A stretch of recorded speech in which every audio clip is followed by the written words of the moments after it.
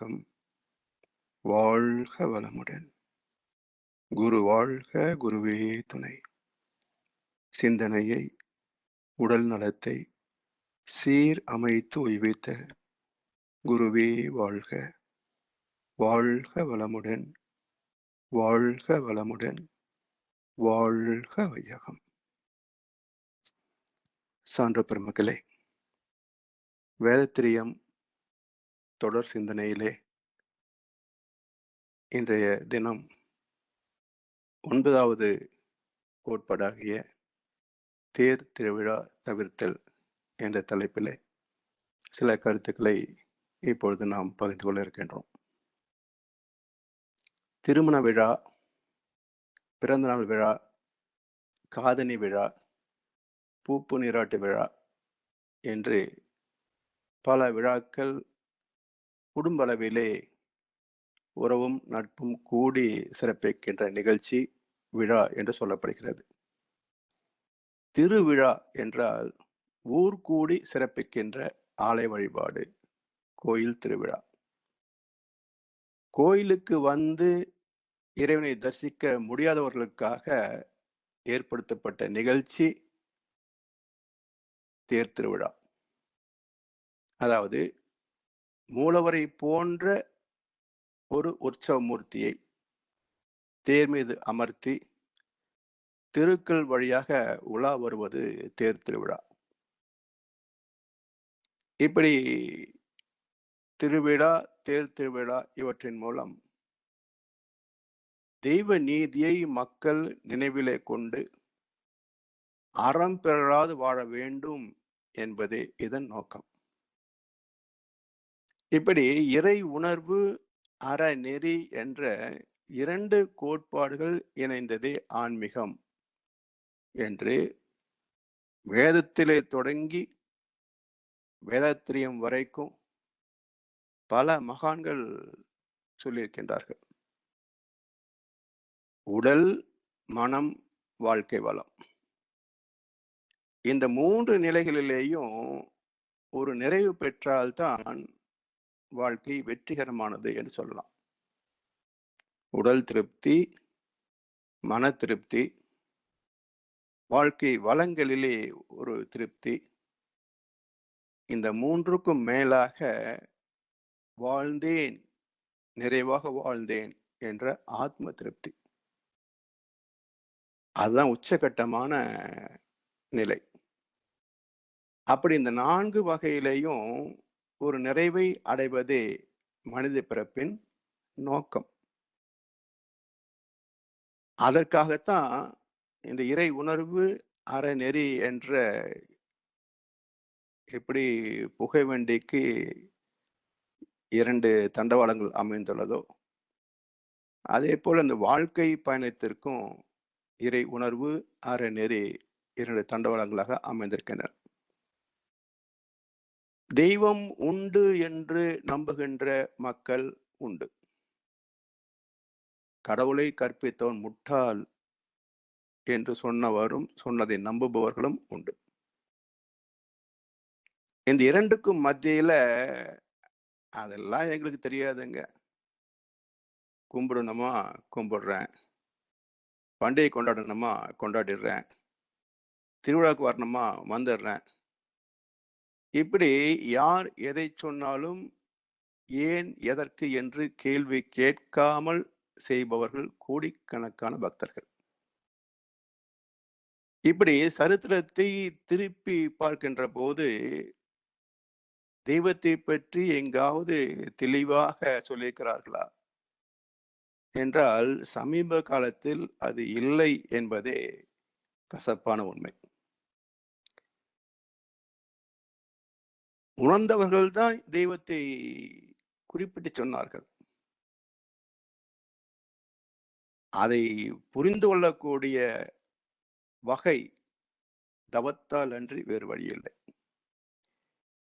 அப்படி தவம் செய்யாததனால் வேதங்களை படித்து பொருள் சொல்கின்ற போது அந்த டிரான்ஸ்லேஷன், வார்த்தைக்கு வார்த்தை டிரான்ஸ்லேஷன் பண்ண முடியுமே தவிர அந்த கருத்து என்ன என்பதை விளக்கிச் சொல்ல முடிவதில்லை.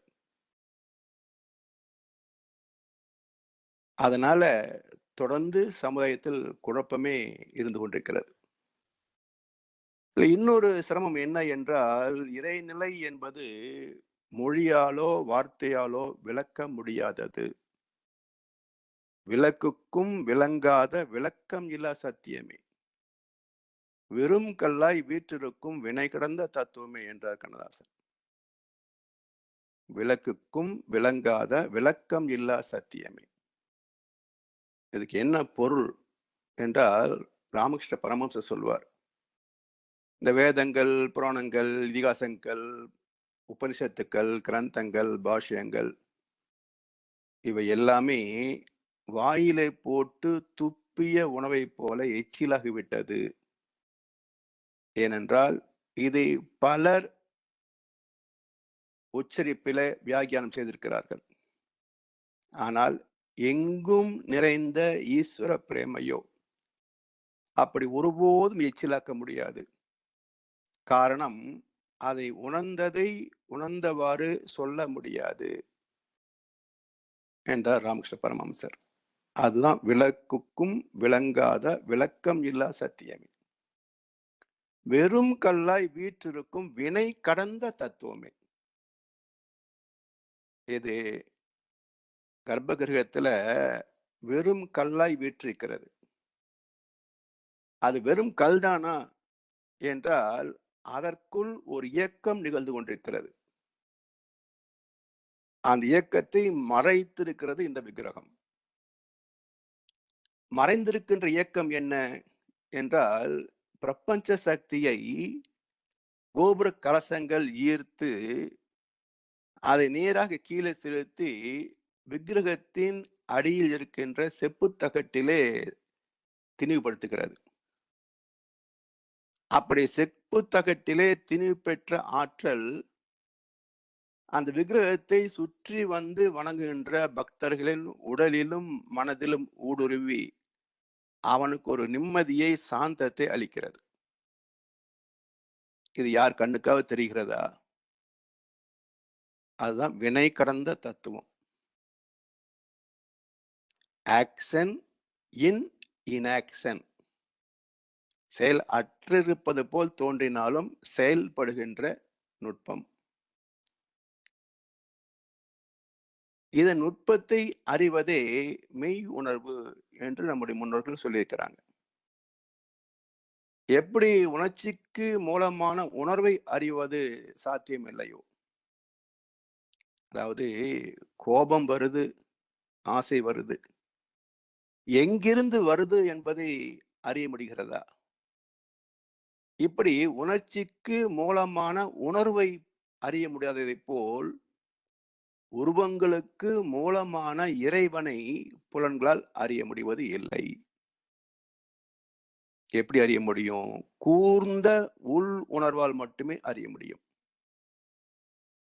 அந்த அனுபவத்தை பெறாத வரைக்கும் தெய்வத்தை பற்றிய குழப்பமே தொடரும். வேறு மார்க்கமே கிடையாது. ஆன்மீகமே வாழ்க்கை என்று சிலர் இருக்கிறாங்க உலகத்துல, எல்லா மதங்களிலும்.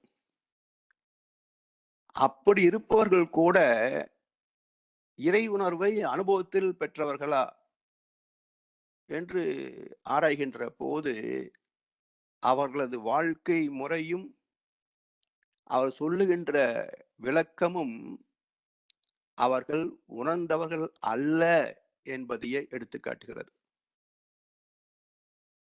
அப்படிப்பட்ட காவி உடைகளையும் வேஷங்களை நம்பி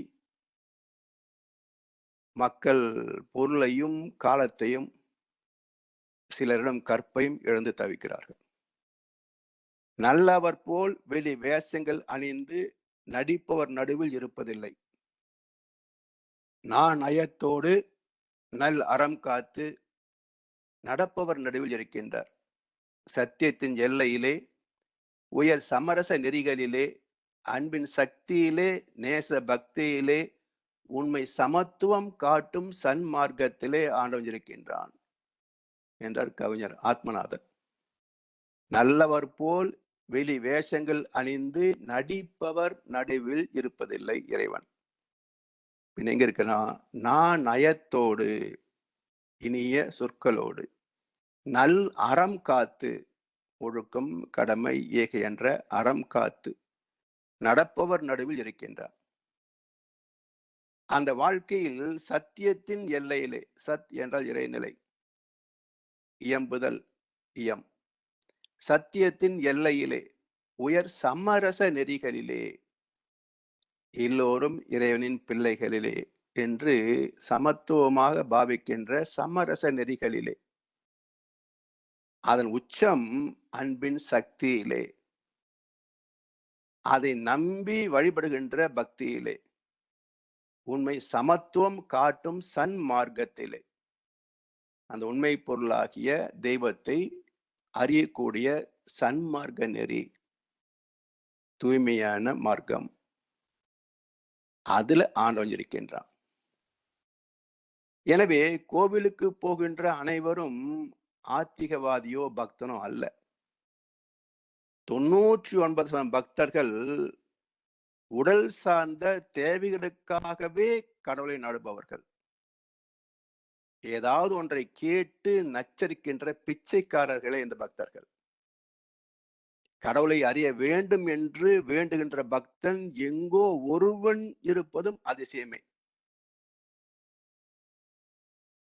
பொதுவாக கடவுளையும் வணங்கிக் கொண்டு நாம பார்த்து 4 காசு சேர்த்து வச்சா தாங்க நம்ம சந்ததி நல்லா இருக்கும் என்று நம்புபவர்களும் பேசுபவர்களும் இதே பக்தர்கள் தான். நம்ம சந்ததியை காப்பது காசா கடவுளா? இது எப்படி தெய்வ நம்பிக்கையாகும்? பிள்ளைக்கு தந்தை ஒருவன், நாம் எல்லோருக்கும் தந்தை இறைவன்.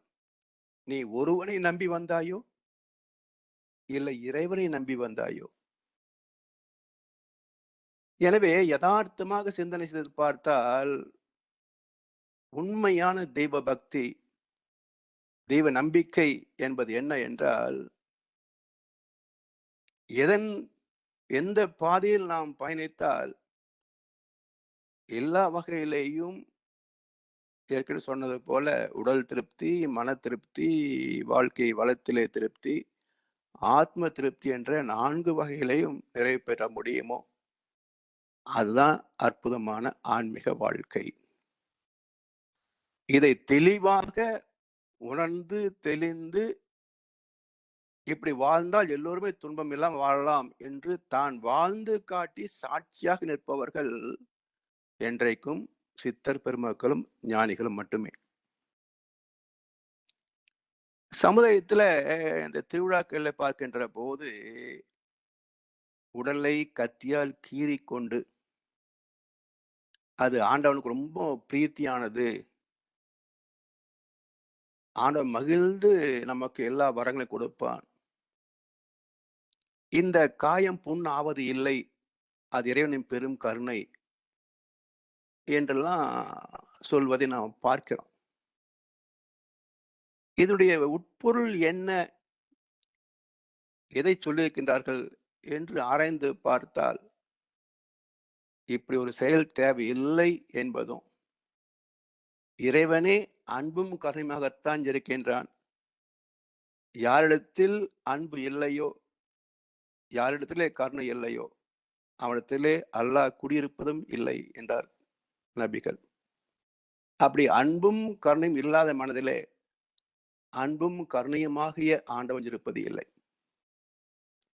இன்னொரு பக்கம் பார்த்தீங்கன்னா, இந்த குண்டம் இறங்குவது என்று ஊருக்கு திருவிழா உண்டு.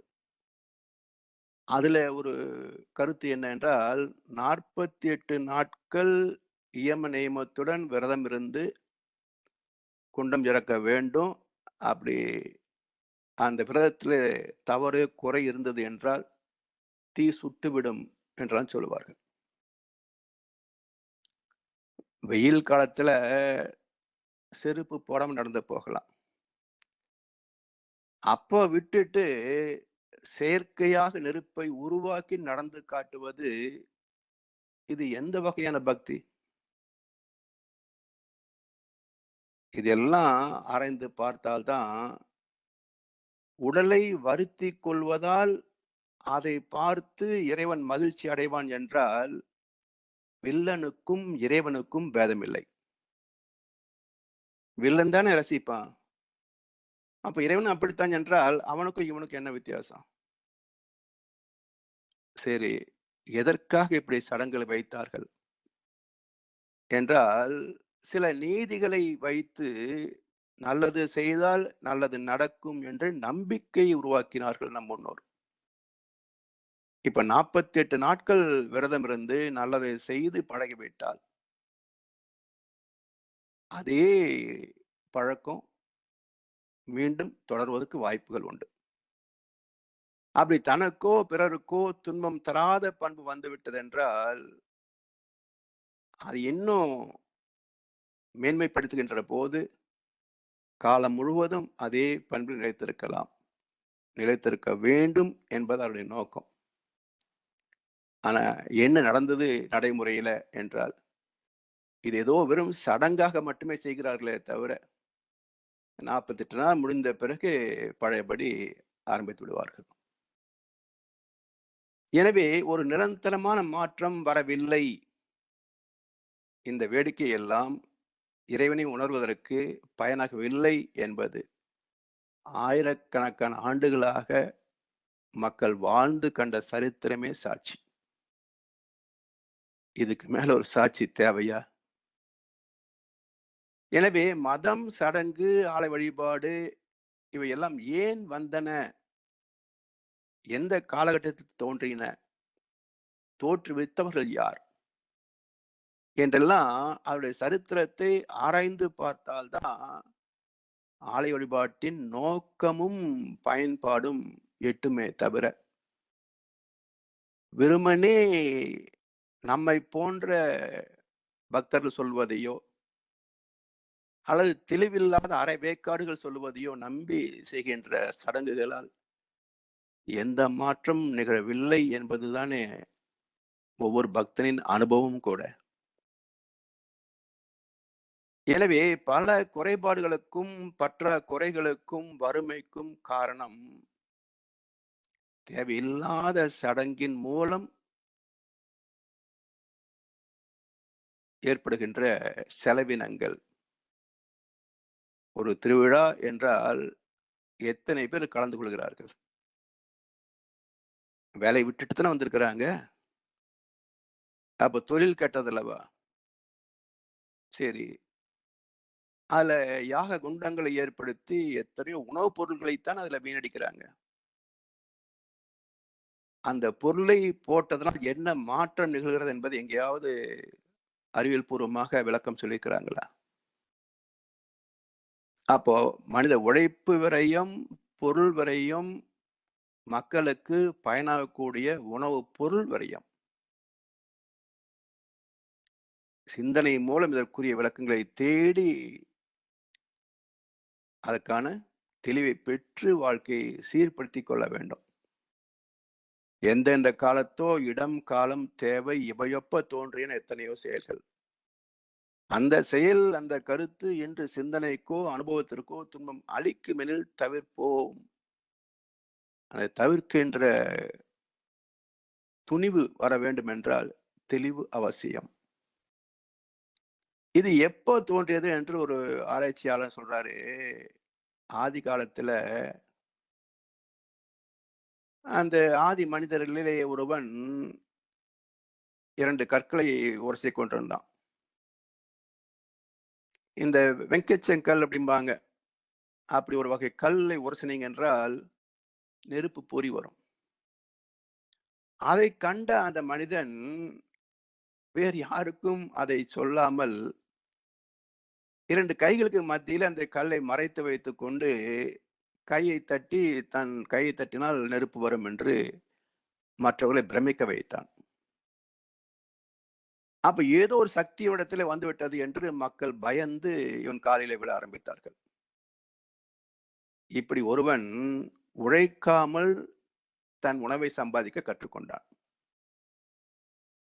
இந்த கன்னிங்னஸ், கள்ளத்தனம், இது விரிவடைந்ததுதான் அரசியல், பொருளாதாரம், மதவாதம். இதுல பாருங்களேன், யாருக்காவது ஏதாவது உதவி செய்தால் பெறுபவன் தான் காலிலே விழுந்து மரியாதை செய்வான். ஆனா அந்த மதவாதிகள் கிட்ட போனோம் என்றால் நாம பொருளையும் தந்து காலையும் ஒழுகணும். என்றால் அந்த அடிமைத்தனத்தை தொடர்ந்து பராமரித்தால்தான் அவனுக்கும் மரியாதை இருக்கும், நமக்கும் அந்த முட்டாள இருக்கிறதுலயே சுகம் இருக்குல்ல, அது அப்படியே இருக்கும். ஏன் எதற்கு என்று கேள்வி கேட்டு விட்டால் இவனுக்கு அறிவு தெளிவு வந்துவிடும். அது கேட்காத மாதிரியே வச்சுக்கணும். அதுக்கு ஓஷோ ரொம்ப அழகா ஒரு கருத்தை சொன்னார். ஒரு அன்பர் ஓஷோ கிட்ட கேட்கிறார், என்ன எல்லாரும் அடிமுட்டாள்னு கேலி பண்றாங்க, நானும் பெரிய அறிவாளியும் காட்டிக்கணும், அதுக்கு என்ன செய்யணும் சாமின்னு கேட்டார். ஓஷோ சொன்னார், அது ஒன்றும் பெரிய விஷயமே கிடையாது. யார் எதை சொன்னாலும் தவறு தப்புன்னு சொல்லு. நம்பர் 1. சரி, எது சரி என்று கேட்டால் சொன்னா உனக்கு புரியாதுன்னு சொல்லிடு. ஓ அப்படின்னார்.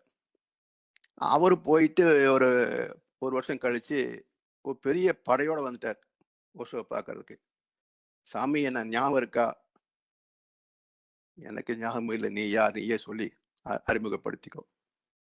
போன வருஷம் வந்தவங்க கிட்ட நீங்க 2 நுட்பத்தை சொல்லி கொடுத்தீங்க. யார் எதை செய்தாலும் தப்புன்னு சொல்லு. எது சரி என்று கேட்டால் சொன்னா உனக்கு புரியாது அப்படின்னு சொல்லிடு. அப்படி 2 டெக்னிக் சொல்லி கொடுத்தீங்க. அதை மட்டுமே கரெக்டா பண்ணினேன், இப்ப இத்தனை பேர் என்னுடைய பக்தர்கள் அப்படின்னு காட்டினான். இதுதான் உலகத்துல எல்லா காவிகளும் செய்கின்ற வேலை. அதனால தனக்கு தெரியாதது என்பதை மறைப்பதற்கு தான் கடவுளை பற்றி கேள்வி கேட்டால் அது தெய்வ குத்தம். இவனுக்கு தெரியாத தெய்வ குத்தம் இல்ல, கேள்வி கேட்பது தெய்வ குத்தம். இப்படி எதிரி கூட்டத்திலிருந்து உன்னை காப்பாற்றுகிறேன், எனக்கு எல்லாம் கொடு என்று கேட்டால் அரசியல் சாணக்கியம். எனக்கு நீ கொடுத்தால்தான் ஆண்டவனிடத்திலே உனக்காக நான் வேண்டுவேன், உனக்கு எல்லா வளங்களும் கிடைக்கும் என்று சொன்னால் அது போலி மதவாதம். ஒன்று வாங்கினால் ஒன்று இலவசம் என்று சொன்னால் அது வியாபார தந்திரம்.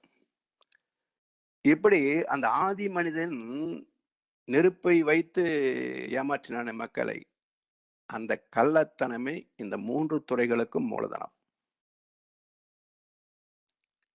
ஏனென்றால் கடவுள் மனிதனாக இல்லையே, இருந்திருந்தா இறங்கி வந்திருப்பான், காட்சி கொடுத்திருப்பான், இவங்க எல்லாம் ஏமாத்தாம போயிருப்பாங்க. அவன் மறை பொருளாக இருப்பதனால் அந்த இறைவனை வைத்தே இங்கு வியாபாரம் கொடிகட்டி பறக்கிறது. மக்களும் சரித்திரத்தை திரும்பி பார்க்காததாலும்,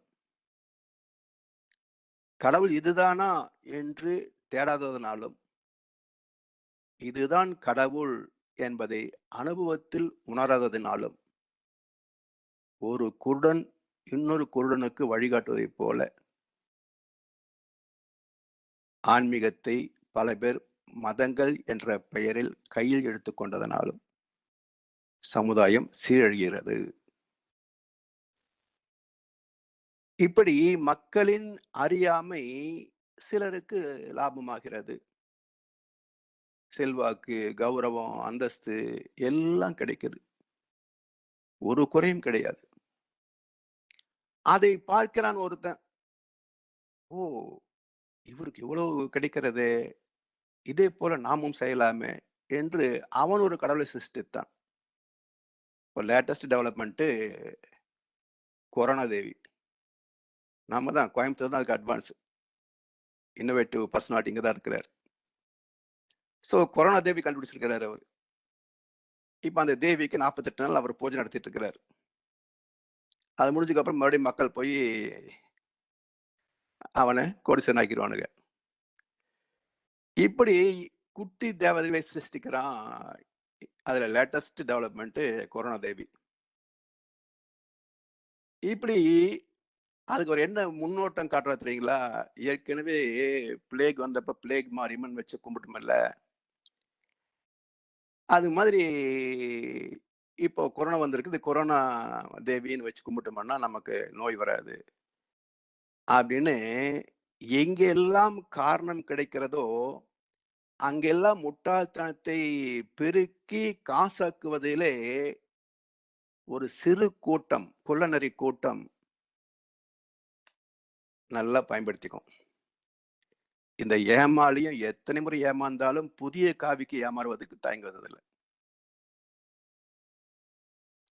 எனவே அரசியல் கட்சிகளைப் போல இந்த கடவுள் கட்சிகளும் பல மதங்களாக பிரிவுபட்டு விட்டன. சம இயம் அதான சமயம். இறைவனுக்கு சமம் எல்லோருமே. ஏக் ஹம் பரம் ஏகாம்பரம். ஏக் என்ற ஒன்று, ஹம் நாம மக்கள், பரம் இறைநிலை. ஏக் ஹம் பரம் ஏகாம்பரம். இறைவனும் மக்களும் எல்லாம் ஒன்றேதான். ஒரே மூலத்திலிருந்து வந்தவர்கள், ஒரே மூலத்தை நோக்கி வாழ்பவர்கள், ஒரே மூலத்தை அடைய வேண்டிய நோக்கம் உள்ளவர்கள். இதை உணர்த்துவதற்காக வந்தவைதான் சமயங்களும் தத்துவமும். சரி, ஆலயங்கள் எப்போது உருவாயின? காரணம் என்ன? யார் கோவிலை கட்டியிருப்பார்கள்? என்றால் மனிதனின் ஒரு நம்பிக்கை. நாம் வாழ்வதற்கு ஒன்று ஆதாரம் என்று நம்பினா பாருங்க. பசித்த வயிற்றில் உணவு தெய்வம், பாலைவனத்தில் தண்ணீர் தெய்வம், கொட்டும் மழையில் கூரை தெய்வம், கோடை வெயிலில் நிழலே தெய்வம். அப்ப எது காக்கிறதோ அது தெய்வம் என்ற கோட்பாட்டிலே மாறுபாடே கிடையாது. அதனால் அந்த ஒற்றை கருத்தை மையமாக கொண்டே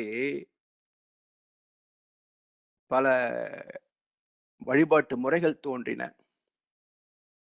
அதன் பிறகு அந்த வழிபாட்டுக்கான உருவங்களை சமைத்தார்கள். அப்படி வைக்கப்பட்ட முதல் உருவம் சிவலிங்கம். லிங்கம் என்றால் அடையாளம் என்று பொருள். எப்படி இருக்கிறது லிங்கம்? ஒரு குத்துக்கல், சுற்றி ஒரு ஆவுடை என்ற ஒரு சுழற்சி. அப்ப என்ன கருத்து கொடுத்தார்கள்? இறைவனுக்கு உருவம் கிடையாது. அதுவே இயக்கத்தில் அணுவாக இயங்குகிறது. அணுவுக்கு மத்தியில் இருக்கின்ற இருப்பு சிவம். அந்த ஆற்றல் எழுச்சி பெற்றது, சுழலாக சுழல்கிறது. அது ஆவுடையார் என்று விண் இயக்கத்தை மையமாக காட்டி, இதுவே இறைவனின் அடையாளம் சிவலிங்கம் என்று சொன்னார்கள். பிறகு அறிவு வளர வளர கேள்வி வரும் இல்லையா? இதுக்கு கண்ணு இல்ல, காது இல்ல, மூக்கு இல்ல, வாய் இல்ல. எப்படி நம்ம சொல்றத கேட்கும்? எப்படி நம்ம செய்றதெல்லாம் பார்க்கும்? எப்படி நமக்கு நன்மையும், தீமையும் விளைவாக தரும்? என்றெல்லாம் கேள்வி வந்தபோது மகான்கள் பார்த்தாங்க. அதுக்கு தகுந்த உருவங்களை சமைத்தார்கள். அந்த உருவத்திலேயும் ஒரு அற்புதமான தத்துவத்தை வைத்தார்கள். எப்படி? நரசிம்ம அவதாரம் என்றால் மனித உடம்பு, சிம்மம் தலை. மச்சாவதாரம் என்றால் மீன் உடம்பு, மனித தலை. எந்த விக்கிரகமாக இருந்தாலும் மனித உடல் இணைப்பு இல்லாமல் இருக்காது. அப்ப என்ன கருத்து என்றால், மனிதனே தெய்வத்தை உணரக்கூடிய சக்தி உள்ள ஒரே ஜீவன். மனிதனை தவிர வேற எந்த ஜீவனும் கடவுளை தேடவும் முடியாது, அறியவும் முடியாது, மேம்படவும் முடியாது. இறைவனை தேடுவதும், உணர்வதும், உணர்ந்த நிலையில் தன் வாழ்க்கையை செம்மைப்படுத்திக் கொள்வதும் மனிதனுக்கு மட்டுமே சாத்தியம் என்பதனால் எல்லா விக்கிரகங்களையும் மனிதனுடைய உடலை சார்ந்தே அமைத்தார்கள். பிறகு அதற்கு மந்திரம், யந்திரம், தந்திரம் என்றெல்லாம் ஒரு 3 வகைகளை பயன்படுத்தினாங்க. யந்திரம் என்பது உருவம். ஒரு சிலை அல்லது ஒரு ஓவியம் இப்படி அமைத்துக் கொள்வது. மந்திரம் என்பது எழுத்துக்கள் அடங்கிய ஒரு ஓசை வடிவம். நம்ம உச்சரிக்கக்கூடிய ஒலிகளிலே 51 அச்சரங்கள் வரும். அந்த 1வது அச்சரம் காற்று வெளியே வராது. உள்நோக்கி போகும். முத்தமிடும்போது காற்று எங்க போகுதுங்க? உள்நோக்கி போகுது. பல்லு எப்படி கத்துதுன்னு சொல்ல முடியுமா நம்மனால? எந்த மிமிக்ரி பண்றவனாலயும் ஒரு பல்லு எப்படி கத்துதுன்னு சொல்ல முடியுமா? ஏன்னா அது காற்று உள்ள போகுது. அப்ப காற்றை வெளியேற்றக்கூடிய ஒளி வடிவங்கள் 50. காற்றை உள் இழுக்கக்கூடிய ஒளி வடிவம் 1. அப்படி 51 அச்சரங்களை மையப்படுத்தி மந்திரங்களை ஏற்படுத்தினார்கள். அதை உச்சரிக்கின்ற போது மாத்திரை சுத்தம்னு ஒண்ணு இருக்குங்க. இன்றைக்கு பல பூசாரிகளுக்கு அந்த மாத்திரை கணக்கே தெரியாது. அந்த அதிர்வுகள் அதுக்கு தகுந்தாற் போல் உச்சரித்தால்தான் அந்த பாசிட்டிவ் வைப்ரேஷன் கிடைக்கும். அந்த மாத்திரை அளவு மாறிவிட்டால் நெகட்டிவ் வைப்ரேஷன் வந்துரும். இதெல்லாம் ஒரு ஒளி விஞ்ஞானம் அது. அதை முறையாக பயின்று ஒரு அர்ப்பணிப்புணர்வோட அதை ஒரு ஒரு டெடிகேட்டட் சர்வீஸ். சமுதாய நலம் நாடுகின்ற அந்தணர் என்போர் அறவோர் மற்ற எவ்வுயிருக்கும் செந்தன்மை பூண்டொழுகலான். அப்படிப்பட்டவர்கள் தான் அந்த இடத்துக்கு தகுதி உள்ளவர் என்றார் வள்ளுவ பெருந்தகை. அவங்க சொல்லக்கூடிய மந்திரங்களுக்கு தான் சக்தி வரும். அதன் பிறகு தன் திறம், இதெல்லாம் செய்வதனால எனக்கு இந்த நன்மை கிடைக்கும் என்று நம்புகிறானே, அது தன் திறம். எண்ணத்தின் மூலம் திரும்ப திரும்ப நினைத்து நான் இந்த நன்மைகளை பெறுகிறேன் இந்த வழிபாட்டின் மூலமாக என்ற நம்பிக்கை தந்திரம். இப்படி இந்த 3 கோட்பாடுகளை அடிப்படையாக கொண்டு சடங்குகளை அமைத்தார்கள். மேலும் பல வகையான வடிவங்களை அமைக்கின்ற போது ஒவ்வொரு வடிவத்திற்கும் ஒரு பெயரை வைத்து அந்த மூர்த்தியை வழிபட்டால் எனக்கு இன்னது கைவர பெறும் என்ற நம்பிக்கை ஏற்படுத்துவதற்காக புராண கதைகளை எழுதி வைத்தார்கள். இதை பக்தியில் சிறந்த அரசர்கள் அதை பரவலாக்கினார்கள். அரசியல் இல்லாம மதம் வளர்ந்தது இல்லை. மதம் துணை இல்லாமல் அரசியலும் ஜெயிக்க முடியாது. எப்பவுமே இந்த 3 பேரும் கூட்டு கொள்ளக்காரனுங்க. மதம், அரசியல், பொருள் இந்த 3மே கூட்டு கொள்ளக்காரர்கள். அவங்க எப்பவும் நல்லா தான் இருப்பாங்க. அவனுக்கு சனி 7 நாட்டு சனியும் கிடையாது, ராகு தோஷமும் கிடையாது, எந்த தோஷமும் கிடையாது.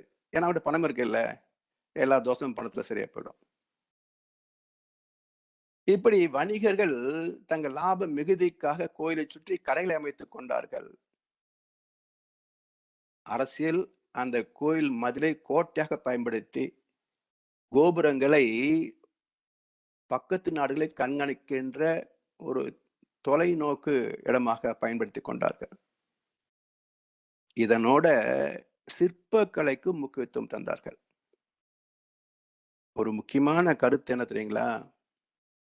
எந்த ஆலயங்களிலே சிற்பக்கலை நுணுக்கம் இருக்கிறதோ அங்கு சாந்தமும் மன ஓர்மையும் அதிகமாக கிடைக்கும். ஏன்னா ஒரு விக்கிரகத்தை செதுக்குகின்ற போது அந்த சிற்பி துரியாதீதத்தில் இருந்தால்தான் அந்த சிற்பத்தை வடிக்க முடியும்.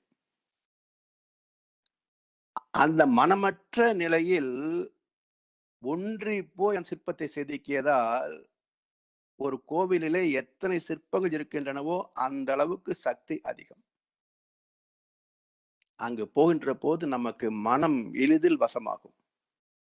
ஆன்மலயம் வசமாகும். இப்படி இந்த வழிபாட்டின் மூலம் கொஞ்சம் உயர்ந்த அறிவு அந்த மூலத்தை தேடும். இது கடவுளா? அப்ப அந்த கடவுள் என்ன? இந்த 2 பேர்ல யார் பெரியவங்க? என்றெல்லாம் கேள்விகளை தேடும். அந்த கேள்விக்கு விடையாக ஒரு ஞானி குருவாக வந்து சேருவார். அப்ப யாருக்கு குரு வந்து அமைவார் என்றால், உண்மையாக தெய்வத்தை தேடுகின்ற பக்தனுக்கு ஒரு குரு தானாக வந்து அமைவார். இவன் குருவை தேடி போக வேண்டியதில்லை. குரு இவனை தேடி வருவார். அதை மகர்ஷி ஒரு பாடல சொல்றாங்க. எம்மதத்தும் கடவுள் என்ற உயர் குறிப்பு உண்டு. எண்ணி வணக்கம் செலுத்த முறைகள் பல உண்டு. நம் அறிவை புலன்கள் தம்மை பண்படுத்துவதற்கும் நல்வாழ்வுக்கு ஏற்ற சில பயன் பெறவும் இவையாம். இம்முறையில் பண்பட்ட அறிவு அதனின் விரைவு இறைநிலையை உணர்ந்து அதனோடு ஒன்றிவிட ஓங்கும். அம்முறையில் அறிவு பயன்பெற்று அமைதி காண அகநோக்கும் மெய்விளக்க தவம் பயில வாரீர்.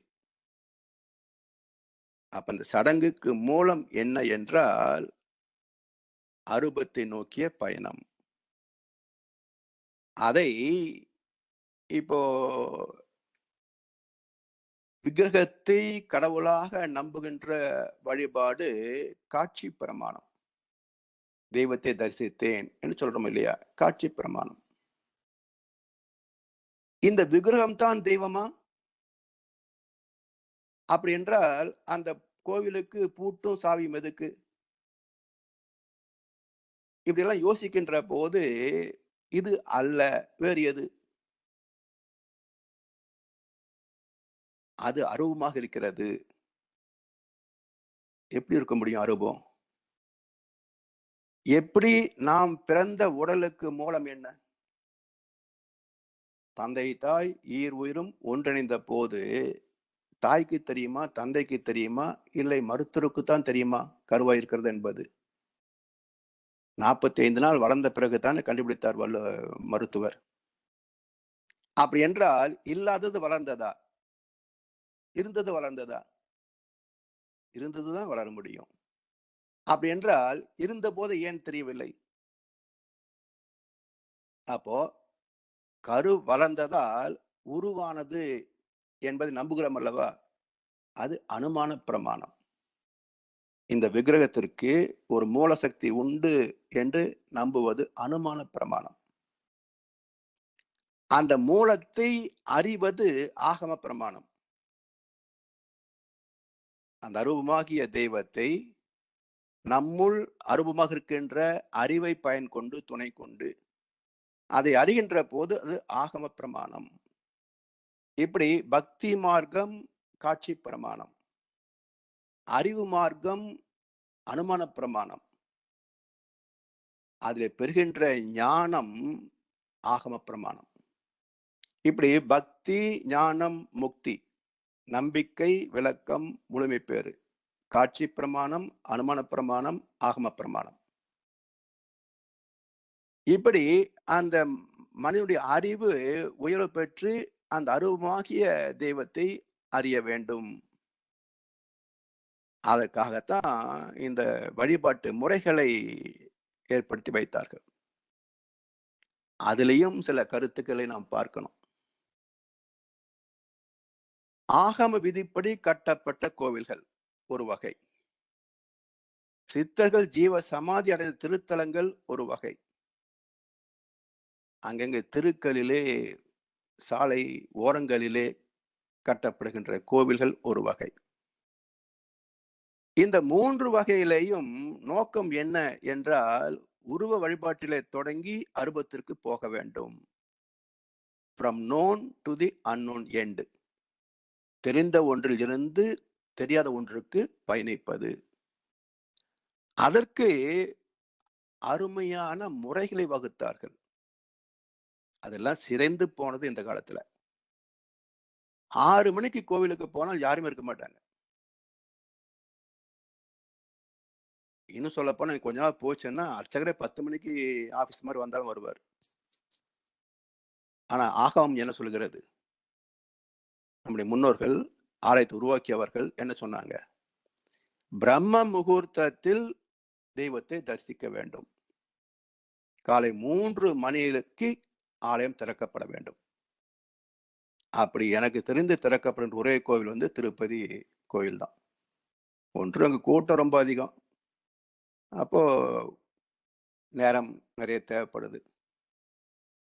பக்தர்களும் காத்திருப்பாங்க. மற்ற கோவில் யாருமே காத்திருக்கிறது இல்ல. அந்த பண்டிகை நாள்ல இருக்குமே தவிர மற்ற நாட்கள் யாரும் இருக்க மாட்டாங்க. அதனால 6 மணிக்கு கோயில் போனீங்கன்னா, அப்பதான் அர்ச்சகரே வந்திருப்பார். என்ன சிறப்பு பிரம்ம முகூர்த்தத்தில் என்றால், காலை 3 மணி இந்த பூமியின் சுழற்சியில தொடர்ந்து ஒரு பகுதி சூரியனை நோக்கி திரும்பிக் கொண்டிருக்கும். அப்படியே பாவனை பண்ணிக்கங்க. இந்த ஒட்டுமொத்த ஸ்பியர், இந்த கோளம் பூமி சுற்றி கொண்டிருக்கிறது. அப்ப ஒரு புள்ளி அது தொடர்ந்து சூரியனுடைய சந்திப்பில வந்து கொண்டே இருக்கும். அப்போ இரவிலிருந்து பகலுக்கு வருகின்ற நேரம் அது பிரம்ம முகூர்த்தம். அப்ப இரவு முழுவதும் இருந்த குளிர்ச்சி சூரியனை சந்திக்கின்ற போது லேசாக வெப்பம் அடையும். குளிர்ச்சியும் வெப்பமும் இணைந்தால் அங்கே பாக்டீரியா உருவாகும் என்பது விஞ்ஞான உண்மை. அந்த காற்றுக்கு ஓசோன் என்றும் உயிர் வழி காற்று என்றும் பேர். உயிர் வழி, வழி என்றால் காற்று. அப்போ ஜீவன் உள்ள, உயிர்த்தன்மை உள்ள, ஜீவகாந்தம் உள்ள காற்று அது ஓசோன். அது உருவாகின்ற நேரம் பிரம்ம முகூர்த்தம். 3 மணி முதல் உருவாகி ஒரு 5 மணி, 6 மணி, அதாவது சூரிய உதயம் வரைக்கும் வைத்துக் கொள்ளுங்கள். அந்த அணுக்கள் அதே தன்மையில இருக்கும். சூரியன் உதித்து விட்டால் அதன் வெப்பம் அதிகமாவதனால இந்த அணுக்கள் வெப்பமடைந்து லேசாகி மேலே போயிடும். அப்போ 7 மணிக்கு பிறகு கோவிலுக்கு போனால் ஓசோன் காற்றின் நன்மை கிடைக்காது. சரி, அந்த ஓசோன் எப்படி அதுக்கு மேல இருக்குதே, எப்படி நமக்கு கிடைக்கும் என்றால், ஸ்தல விருட்சம்னு வச்சிருக்கிறாங்க. வேப்பம், வில்வம், அரச மரம். அரச மரத்திற்கு என்ன பேருங்க? ஞான மரம் என்று பேரு. கௌதம் புத்தர் எங்கே ஞானம் பெற்றாருங்க? போதி மரத்தடியில. அந்த போதி மரம் வேற ஒண்ணும் இல்ல. அரச மரம் தான் போதி மரம். அதுக்கு பேர் என்னங்க? அரச மரம். அரச என்றால் ஆட்சி, அறிவு என்று பேர். அப்போ அரச மரம், அறிவு மரம், தெய்வ மரம். அந்த தெய்வீகத்தை காட்டுகின்ற அந்த உயிர் அணுக்களை, அந்த ஓசோன் காற்றை ஈர்த்து கொடுக்கின்ற திறம் வாய்ந்தது இந்த விருட்சங்கள். அப்ப அந்த ஓசோன் காற்றை ஈர்த்து அதனுள் இருக்கின்ற காற்றை இணைத்து நமக்கு கொடுக்கும். இந்த நுட்பத்தை ஜெர்மனியில கண்டுபிடிச்சாங்க. அதுக்கு ஃபாரஸ்ட் தெரப்பின்னு பேரு. என்ன செய்யணும் அப்படின்னா, 200, 300 ஆண்டு வளர்ந்த மரம். அது காடுகள்ல பெருசா இருக்கும். ஒரு 4, 5 பேரு கைகளை நீட்டி தழுவினாலும் அதை இணைக்க முடியாது.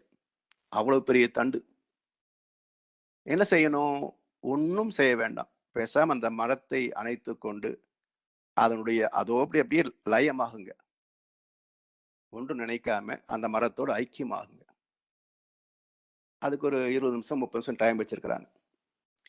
இப்படி செய்து இருதய நோய் குணமாகிவிட்டது என்பதை அவர்கள் நிரூபித்திருக்கிறார்கள் ஜெர்மனியில. அது ஃபாரஸ்ட் தெரப்பி என்ற சிகிச்சை முறையாக இப்ப ஜப்பான்லயும், சைனாவிலயும் பரவிட்டு இருக்குது. நம்மால் இன்னும் மரத்தை சுத்திட்டு இருக்கானே தவிர இன்னும் இதை பத்தி பரவலாக தெரிந்து கொள்ளவில்லை. எந்த வாட்ஸ்அப்லயும், யூடியூப்லயும் இந்த செய்தியும் கிடையாது. விளக்கை ஊதி அணைக்கக்கூடாது. ஏன் தெரியுமான்னா, அது 2 மில்லியன் பேர் பார்க்குறான்.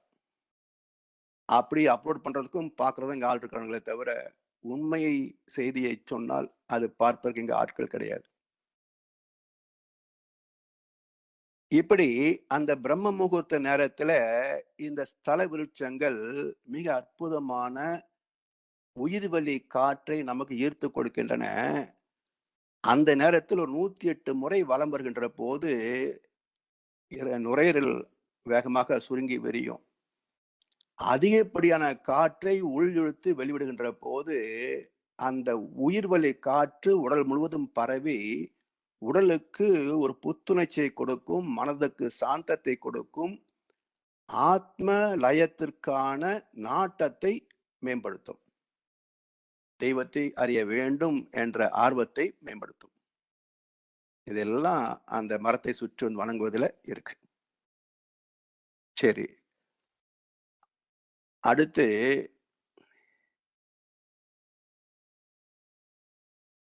இதுல நம்பிக்கை, இதை வைத்து இதை செய்தா இது நல்லது என்ற ஒரு நம்பிக்கையை வைத்து செய்வது. இப்போ இதுல ஒரு அற்புதமான சடங்கை, அவருடைய உள்ள இருக்கிற நன்மை நான் சொல்றேன். இப்ப மாரியம்மன் திருவிழா 2 வருஷமா நின்று போச்சுங்க தமிழ்நாட்டுல. ஏப்ரல் பிறந்தா போதும் தெருவுக்கு தெரு மாரியம்மன் பண்டிகை கொண்டாடுவாங்க. 2 வருஷமா கொண்டாடல. என்ன குறைஞ்சு போச்சுன்னு யாரும் யோசிக்கவே இல்லை. கொண்டாடுன்ற போது என்ன கிடைச்சது, 2 வருஷமா கொண்டாடலையே என்ன கிடைக்காம போச்சுன்னு யாராவது பேசுறாங்களா, கேள்வி கேட்கறாங்களா? இல்ல பெருசா இன்னோவேட்டிவ் ஜேர்னலிசம் பண்றானுங்களே, அவங்க யாராவது ஒரு கேள்வி எழுப்புறாங்களா? மனிதனை சிந்திக்க வைப்பதற்கு எந்த மனுஷன் இங்க தயாரா இல்லை. இப்ப நம்ம சிந்திப்போம். குண்டலினி யோகமும் அம்மன் தத்துவமும் என்று அதுக்கு பேர் வைக்கலாம். குண்டலினி யோகமும் அம்மன் தத்துவமும் அது என்ன என்றால், மாரியம்மன் என்ற சொல்லுக்கு பொருள் மாரி அம்மன். அதாவது அம்மா மூலம் வந்த உயிர் உடலாக வாழ்கிறது. உடல் நோய்களும் மனக்குழப்பங்களும் வாழ்க்கை சிக்கல்களும் வருகின்ற போது என்ன தவறு செய்தேன், அதுதான் எனக்கும் புரியவில்லை. வந்து பிறந்து விட்டேன், ஆனால் வாழத் தெரியவில்லை. அருகில் இருந்து சொல்லி கொடுத்தால் விவரம் புரியாதா, அம்மா விளக்கம் தெரியாதா என்று கண்ணாசன் புலம்பியது போல மனம் தவிக்கும். அந்த தவிப்பிலிருந்து விடுதலை பெறுகின்ற வழிதான் மாரி அம்மன், மாரிய அம்மன். அதை அழகு அணி சித்தர், அழகுனி சித்தரம்பாங்க. அழகுனி சித்தர் கிடையாது, அவர் ஒன்றும் அழுகி போகல. அழகு அணி சித்தர், அழகணி சித்தர் சொல்லலாம். அவர் சொல்றாரு, ஊத்தை சடலமடி உப்பிருந்த பாண்டமே தான் மாற்றி பிறக்க மருந்தனுக்கு கிட்டுதில்லை. மாற்றி பிறக்க மருந்தனுக்கு கிட்டும் என்றால் ஊத்தை சடலம் விட்டு உன் பாதம் சேரேனோ என் கண்ணம்மான்றார். ஊத்தை சடலமடி, தினமும் குளிக்கவில்லை என்றால் பக்கத்துல யாரும் வர முடியாது. அவ்வளவு தெய்வீகமான உடம்பு இந்த மனசு உடம்பு. ஊத்தை சடலம், உப்பிருந்த பாண்டமே தான். பல வகையான உப்புக்கள் சேர்ந்தது இந்த எலும்பும் சதையும். மாற்றி பிறக்க மருந்தனுக்கு கிட்டதில்லை. இதை பைபிள்ல அருமையான வசனம் ஒன்று உண்டு. நீங்கள் மனம் திருந்தி மறுபடியும் பிள்ளைகள் போல் ஆகாவிட்டால் பரலோக ராஜ்யத்தில் பிரவேசிக்க மாட்டீர்கள் என்று மெய்யாகவே மெய்யாக உங்களுக்கு சொல்லுகிறேன். அதாவது மனம் திரும்பி மறுபடியும் பிள்ளைகள் போல் ஆகாவிட்டால், இதுக்கு என்ன சொல்லுவாங்க அப்படின்னா, returning back to Eden garden, தாயின் கர்ப்பத்திற்குள் மீண்டும் பிரவேசிப்பது. இது எப்படி சாத்தியமாகும்? அதான் மாற்றி பிறப்பது. ஒரு பிறப்பு தாய் தந்தை மூலம், மறுபிறப்பு குருவின் மூலம் வந்த ஒரு உதவி, குரு உயிரின் சேர்க்கை. வணங்கி குரு திருவடியை வாழ்த்தி வாழ்வோம் என்றார் மகரிஷி. அந்த குருவின் உயிர் சேர்க்கை தான் மாற்றி பிறப்பது. தாய் தந்தை உயிர் சேர்க்கை உடல் இணைப்பால் வருவது. குருவின் உயிர் சேர்க்கை ஞானத்தால் ஆத்ம பரிமாற்றத்தால் நிகழ்வது. அந்த மாற்றி பிறக்க மருந்தனுக்கு கிட்டதில்லை, அந்த வழி தெரியவில்லை. மாற்றி பிறக்க மருந்தனுக்கு கிட்டும் என்றால் அந்த வழி மட்டும் எனக்கு கிடைத்து விட்டால் ஊத்தை சடலம் விட்டு உன் பாதம் சேரனோ என் கண்ணம்மா, கண்ணம்மான்னா சுத்தவெளி, கும் இருட்டு. கண்ணன், கண்ணம்மான்னா இருட்டுன்னு அர்த்தம். அப்ப அந்த சுத்தவெளியை அடைவதற்கான மறுபிறப்பு, அதான் மாரி அம்மன். அந்த தெய்வீகத்தை எப்படி இருக்கு அப்படின்னு பார்த்தீங்கன்னா, நம்ம பிறக்கும்போது தெய்வீகமா தான் இருக்கிறோம். என்னுடைய குழந்தைகள் வளர்ந்த காலத்துல என்னால கவனிக்க முடியல. ஏன்னா ஆஃபீஸு, வேலை, தொழில் இப்படியே போயிட்டோம். ஆனா பேர குழந்தைகள் வளர்ந்த காலத்திலே நான் கூட உட்கார்ந்து பார்க்கிற வாய்ப்பு கிடைத்தது. பசிக்காக அழுத குழந்தை தாய்ப்பால் குடித்த நிறைவில் கண்களை மூடி ஒரு ஆனந்த சயனத்தில் இருக்கிறதே, அந்த முகம்தான் நாம் கண்களால் பார்க்கக்கூடிய தெய்வீகம். வாய்ப்பு கிடைச்சா ரசிச்சு பாருங்க. அந்த குழந்தையுடைய முகத்தில் தெய்வீகத்தை பார்க்கலாம். அப்படி இருந்த தெய்வீகம் மனித உடல் வயதாக ஆக பெறுகின்ற அனுபவங்களால் மனம் எழுச்சி பெறுவதால் பொய்மானுக்கு ஆசைப்பட்ட சீதையை விட்டு ராமன் விலகி போனதைப் போல அந்த குழந்தையிடம் இருந்த தெய்வீகம் விலகி விடுகிறது. குழந்தையும் தெய்வமும் குணத்தால் ஒன்று, குற்றங்களை மறந்துவிடும் மனத்தால் ஒன்று. வயது வந்த பிறகு நெஞ்சில் மயக்கம் வந்தது, அங்கு வாழ்ந்திருந்த தெய்வம் கொஞ்சம் விலகிச் சென்றது என்றார் கண்ணதாசன். வயது வந்த பிறகு நெஞ்சில் மயக்கம் வந்தது, அங்கு வாழ்ந்திருந்த தெய்வம் விலகிச் சென்றது. அப்ப நாம தான் சேஸ் பண்ணணும், மாயமான் வேட்டை. அப்படி அந்த தெய்வீகத்தை மீட்பதற்கு மனம் கடந்து உள் உணர்வாக, அறிவாக மாற்றம் பெற வேண்டும் என்பதை மாற்றி பிறக்க வேண்டும் என்ற மாரி அம்மன், மாரியம்மன். அதை என்ன சொல்லுவாங்க, தன்னை மீட்கும் வழி. அதான் பைபிள்ல மேரியம்மன் சொல்றாங்க இல்லையா? இங்க மாரியம்மன், அங்க மேரியம்மன். 2ம் மாரிதான். அதே போல இழந்த தெய்வீகத்தை மீட்பது யார் மீட்டு தருவார்கள்? குரு. அவருக்கு மீட்பர் என்று பேர். அதனால் இயேசுவை மீட்பர் என்று சொன்னாங்க. இப்போ மூலாதாரத்தில் இருக்கின்ற உயிர் சக்தியை, குண்டலினி சக்தியை எழுப்பி உச்சியில் சகசாதாரத்துக்கு கொண்டு வரும் வித்தையை பிரம்ம வித்தை என்றார் மகரிஷியும், கீதையில ராஜயோகம் என்று சொல்வார்கள்.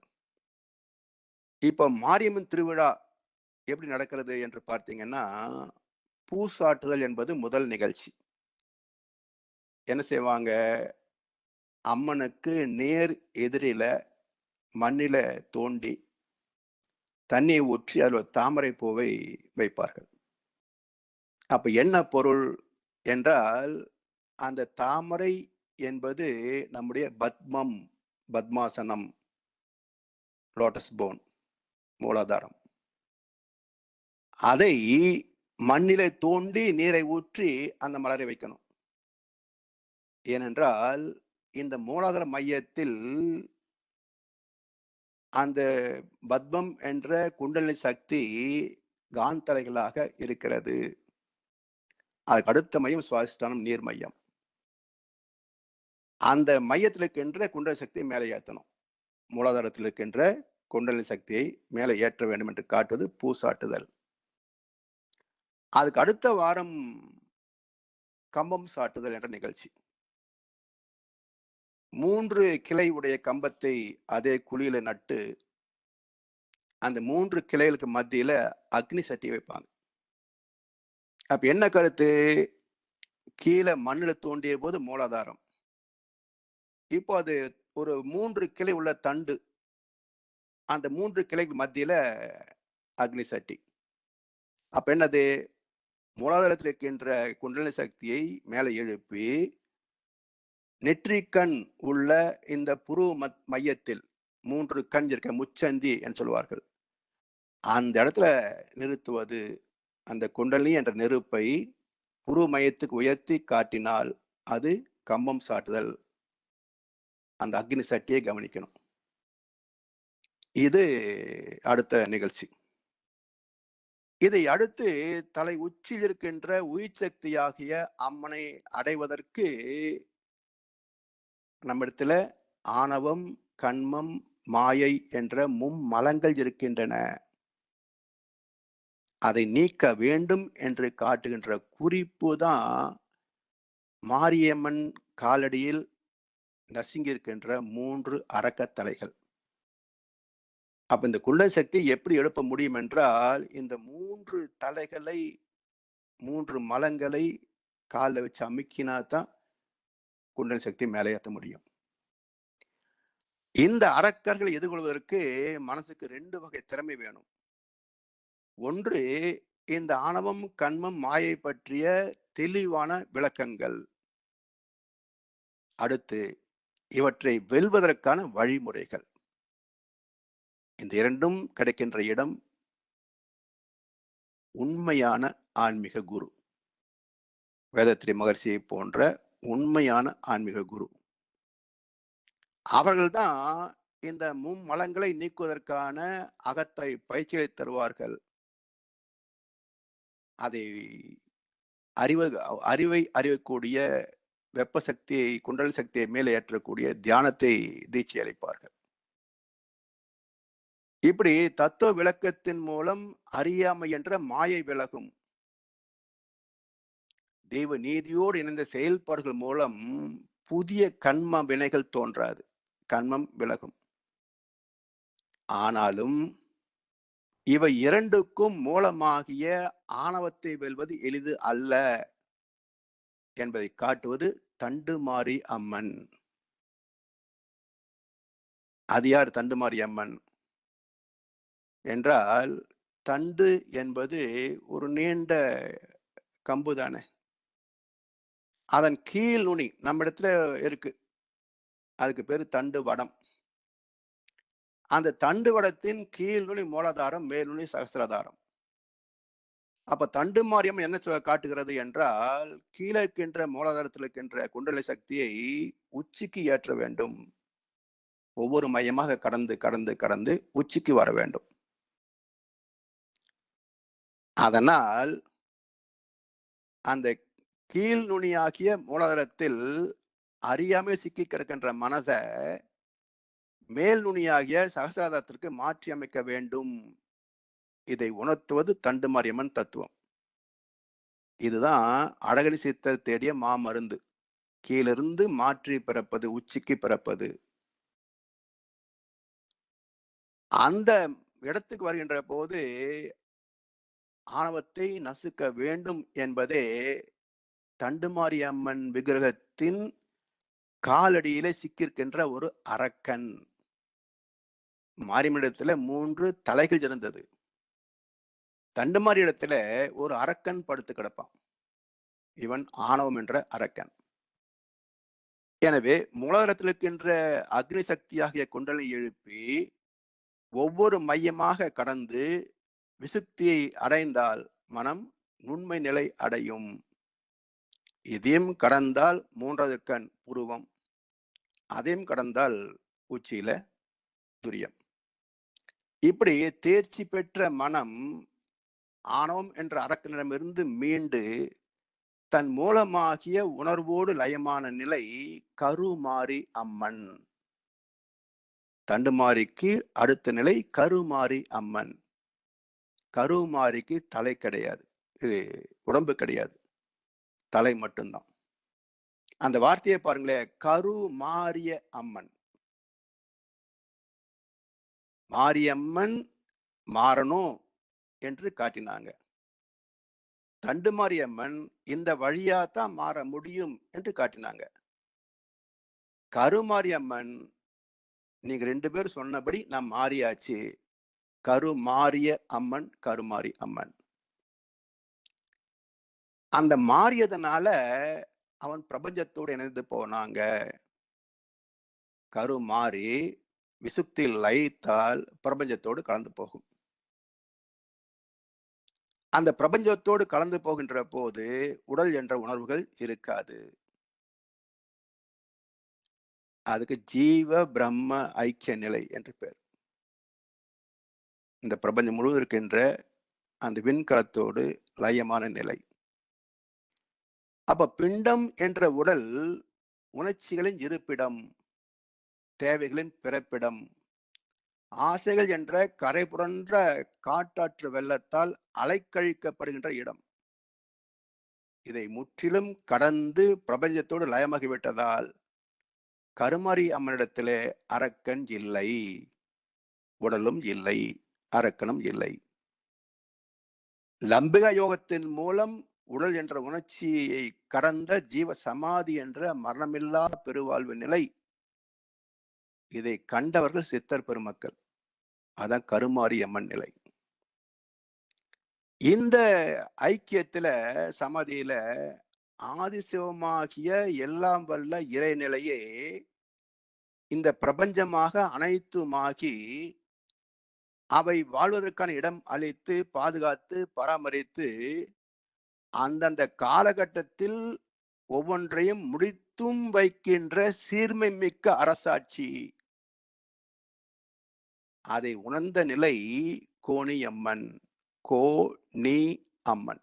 கோ என்றால் அரசு, ஆட்சி, அறிவு என்று பொருள். அப்ப இந்த பிரபஞ்சம் முழுவதுமே ஒரு இயக்க சீர்மையோடு நடத்துகின்ற அறிவு ஒன்று உண்டு என்று கண்ட நிலை கோணியம்மன். இப்போ எவ்வளவு அற்புதமான ஒரு தத்துவத்தை வச்சிருக்கிறாங்க பாருங்க. இவ்வளவு சிறந்த மேன்மை அடைந்த பிறகும் ஒரு சனம் விழிப்பு தவறினாலும் நமது ஆணவம் எழுச்சி பெற்று அதர்மத்தில் வீழ்த்திவிடும் என்பதை எச்சரிப்பதே கோணியம்மன் காலடியில் சிக்கியுள்ள வித்யா கர்வம் என்ற அரக்கன். மாரியம்மன் காலடியில 3 அரக்கத்தலைகள். அதுல விளக்கம் பெற்று மாயை நீக்கினோம், கண்மத்தை தவிர்த்தோம், ஆணவம் மிச்சமாச்சு. ஆணவத்தை கழித்தால்தான் போக முடியும் என்று தண்டுமாறி காட்டினாங்க காலடியில அரக்கன். கருமாறி வென்று விட்டேன், நான் உடல் கடந்து பிரபஞ்சத்தோடு லயமாகி விட்டேன், உடலும் இல்லை, ஆணவம் இல்லை, ஆபத்தும் இல்லை. ஆனால் அப்படியே இருக்க முடியுமா வானத்திலேயே? மனித வடிவத்திற்கு வருகின்ற போது இங்கே நான் கண்டேன், எனக்கு எல்லாம் தெரியும் என்ற வித்யா கர்வம் வந்து நிற்கும். அந்த கர்வ ஆணவம் இருக்க அரக்கன் யாருங்க? தண்டுமாரி அம்மன் காடு இருந்தான் அரக்கன். அந்த அரக்கனை விட பல மடங்கு ஆபத்தான அரக்கன் கோணியம்மன் காடு இருக்கின்ற அரக்கன். ஏன்னா இவன் வித்யா கர்வம், அவன் ஒன்னும் தெரியாத ஆணவம், இவன் எல்லாம் தெரிந்த வித்யா கர்வம். இதை தவிர்த்துவிட முடியுமா என்றால் முடியாது. மனித உடலிலே வாழ்கின்ற வரைக்கும் இந்த கர்வத்தை ஒழிக்க முடியாது. அப்ப என்ன பண்ணணும்? அதை விட்டா தலையில உட்கார்ந்துரும். என்ன பண்ணணும்? விழிப்புணர்வோடு அதை காலடியில் வைக்கணும். அது காலடி இருக்கின்ற வரைக்கும் தான் நம்ம கடவுள். அது தலைக்கு வந்து விட்டால் நாம் அரக்கன் ஆயிடுவோம், சைத்தான் ஆயிடுவோம். இப்படி மனித பக்குவத்தை குறிப்பது மாரியம்மன், தண்டுமாரியம்மன், கருமாரியம்மன் மற்றும் கோணியம்மன் தத்துவங்கள். அதாவது ஜீவாத்மாவை பக்குவப்படுத்தி மூலமாகிய பரமாத்மாவோடு லயப்படுத்தும் அற்புத திருத்தலங்களே ஆலயம்.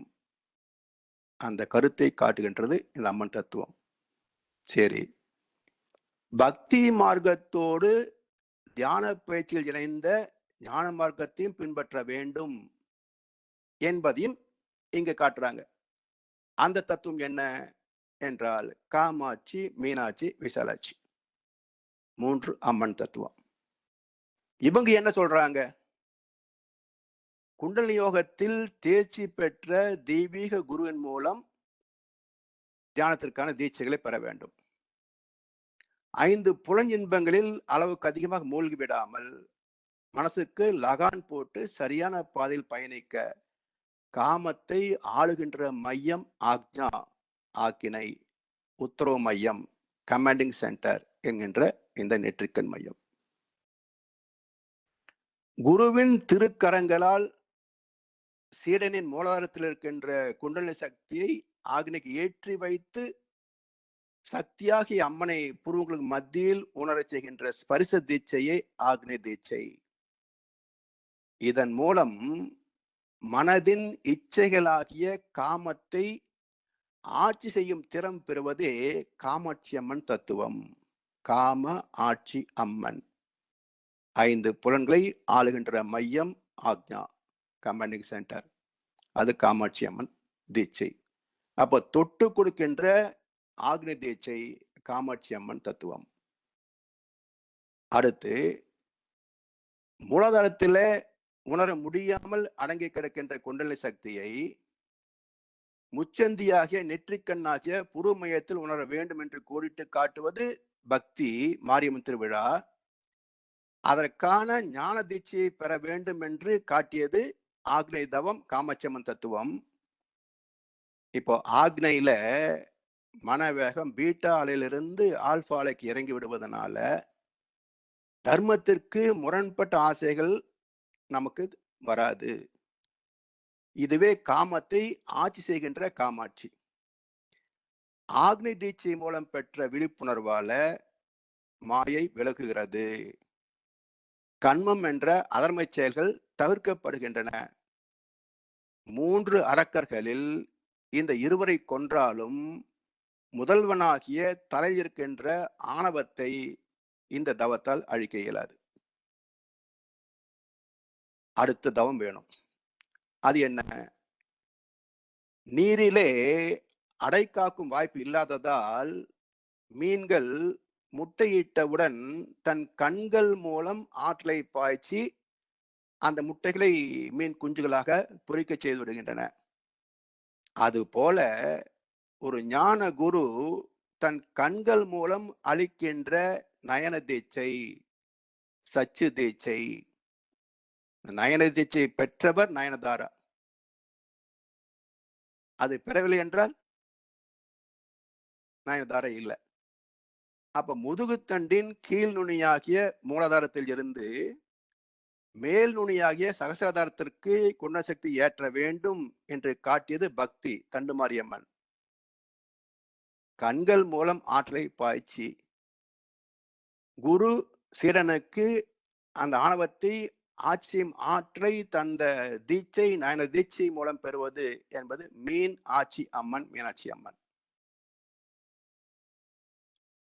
இப்போ துரியத்தில் மனம் 8 அலை வேகத்தில் நிலைத்து விட்டால் ஆணவம் செயல்படாது, மனசும் செயல்படாது. அதனால் உடல் உணர்ச்சிகளும் தேவைகளும் எண்ணங்களும் தோன்றுவது இல்லை. ஞான கர்ம இந்திரியங்கள், செயல்புலன்கள், உணர்ப்புலன்கள் உணர்ச்சியற்றுவிடும். நரன் என்ற உடல் எல்லை கடந்து விட்டதால் குண்டலி சக்தி சிரசில் லயமாகிவிட்ட நிலை கருமாரி அம்மன். உடல் உணர்ச்சிகளை கடந்து உயிரில் லயமாக வேண்டும் என்று காட்டிய பக்தி கருமாரி. அந்த தீட்சை மீனாட்சி அம்மன். அடுத்து அவன் அருளாலே அவன்தால் வணங்கி என்பது போல 8 அலை வேகத்தில் நிலைத்த மனதை அந்த தெய்வமே ஈர்த்து பிரபஞ்சத்தோடு இணைத்துவிடும். இதுவரை உலக வாழ்க்கையே சாஸ்வதம் என்று மயங்கி உடலை பிரம்மாண்டமாக பார்த்த மனசு இப்ப பிரபஞ்சத்தில் தன்னை ஒரு துரும்பாக கூட காணவில்லை. எல்லா மர எனை இழந்த நலம். அப்படி இழந்த போது தன்னை போல் 800 கோடி மனிதர்கள், கோடான கோடி கோள்கள், நட்சத்திரங்கள், இப்படி எண்ணிறந்த தோற்றங்கள் அனைத்தும் ஒரு சீர்மையோடு இயங்குகின்ற பேர் அதிசயத்தை காண வேண்டும் என்று காட்டி தந்தது கோணியம்மன். அதற்கான மகா தபஸ் என்ற துரியாதீத ஞான தீட்சையை தருகின்ற தத்துவம் விசாலாட்சி அம்மன். விசாலாட்சி என்றால் விஸ்வரூப தரிசனம். பிரபஞ்சம் முழுவதுமே ஒரே காட்சியாக பார்க்கின்ற சக்தி கலதவம். இப்படி பக்தி மார்க்கத்திலிருந்து ஞான மார்க்கத்திற்கு ஏணி வைக்கப்பட்டது. பக்தியில மாரியம்மன், தண்டு மாரியம்மன், கருமாரியம்மன், கோணியம்மன். அது காட்டிய பக்குவத்தை பெறுவதற்கு துணை செய்கின்ற தத்துவங்கள் காமாட்சி என்ற ஆக்னி தீட்சை, மீனாட்சி என்ற துரிய தீட்சை, விசாலாட்சி என்ற துரியாதீத தீட்சை. எனவே பக்தி என்னும் பழைய இலைத்தழைகள் மக்கி போக போக அது ஞானம் என்ற வித்துக்கு உரமாக மாறும். அந்த ஞானத்தில் விளையும் முத்துதான் முக்தி என்னும் முழுமை பேறு. முக்தியில் விளையும் கனிகளே உடல் நலம், மன நிம்மதி, நிறைவான செல்வம், இனிமையான உறவுகள், அற்புதமான சந்ததி மற்றும் ஆத்ம திருப்தி. இன்னும் வேற என்ன வேண்டும்? இப்பேறு பெற்ற பின்னரே எடுத்த மனித பிறப்பு எய்தேதே முழுமை. இத்தனை தத்துவத்தை வைத்து அம்மன் தத்துவத்தை காட்டியிருக்கிறாங்க. சரி, அடுத்து அபிஷேக ஆராதனை முறைகளை பாருங்களேன். அதாவது அபிஷேகம் செய்கின்ற போது தண்ணீர், இளநீர், பால், தயிர், நெய், தேன், சந்தனம், விபூதி, குங்குமம், பஞ்சாமிர்தம், இப்படி பல பொருட்களால் அபிஷேகம் செய்கின்ற போது விக்கிரகத்தின் நிறம் மாறிக்கொண்டே வரும். பன்னீர் ஊத்தும் போது அதே மாதிரி தான் இருக்கும். பால் ஊத்துகின்ற போது அந்த கரிய விக்கிரகத்தின் மீது வெண்மை நிறமான பால் வழியும் போது ஒரு தோற்றம் வரும். சந்தனத்தை கரைத்து ஊற்றுகின்ற போது அந்த கருப்பு விக்கிரகத்தின் மீது மஞ்சள் நிறமான ஒரு தோற்றம் வரும்.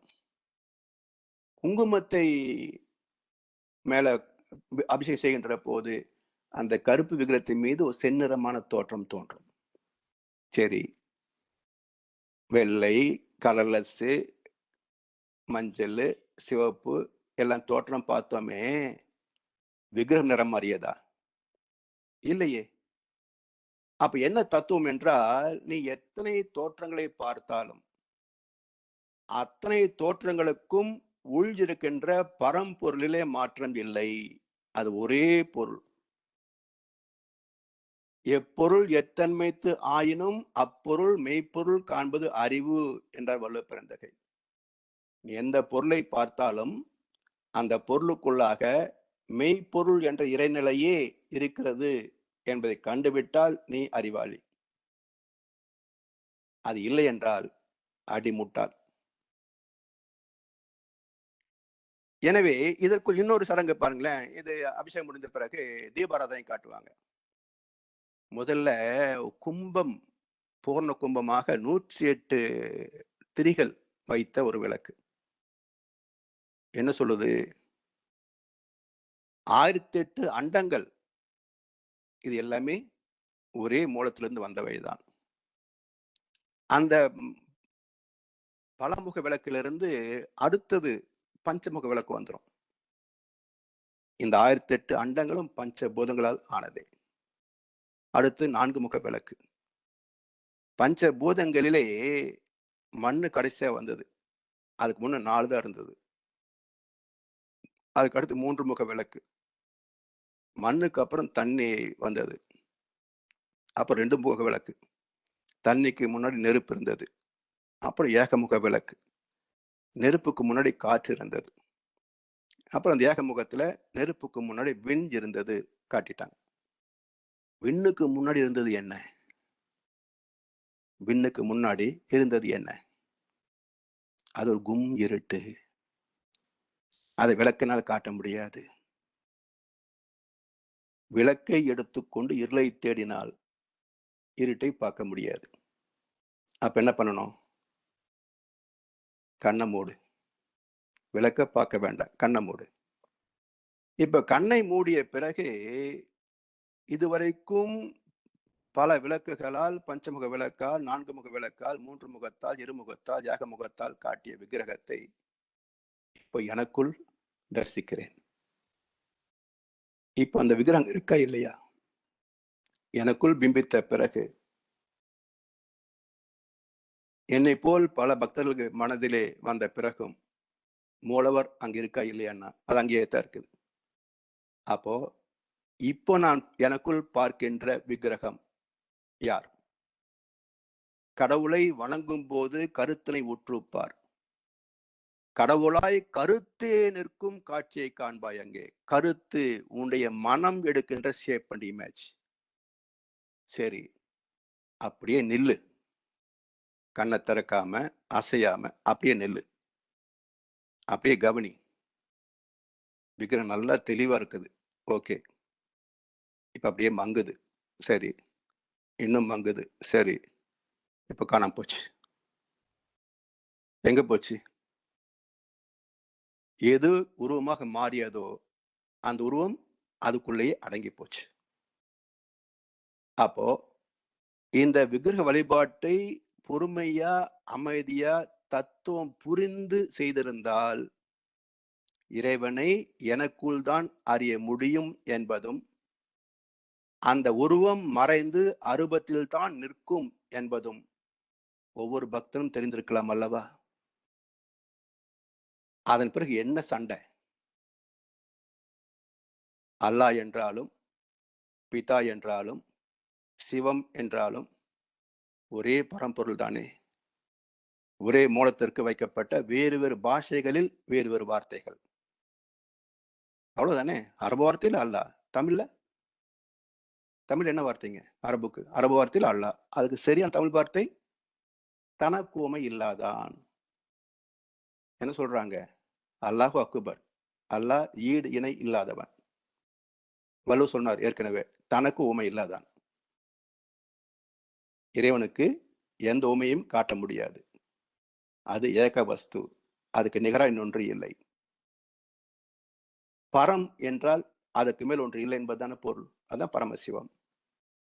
அப்ப பரமசிவம் என்றாலும், பரமபிதா என்றாலும், அல்லாஹ் என்றாலும், இன்னும் எத்தனை பெயர்களில் சொன்னாலும் சொல்லப்படுகின்ற ஒரே பொருள், மூலப்பொருள், விஞ்ஞானம் சொல்லுகின்ற கம்ப்ரசிவ் ஃபோர்ஸ் என்கின்ற ஒரே இறைநிலை.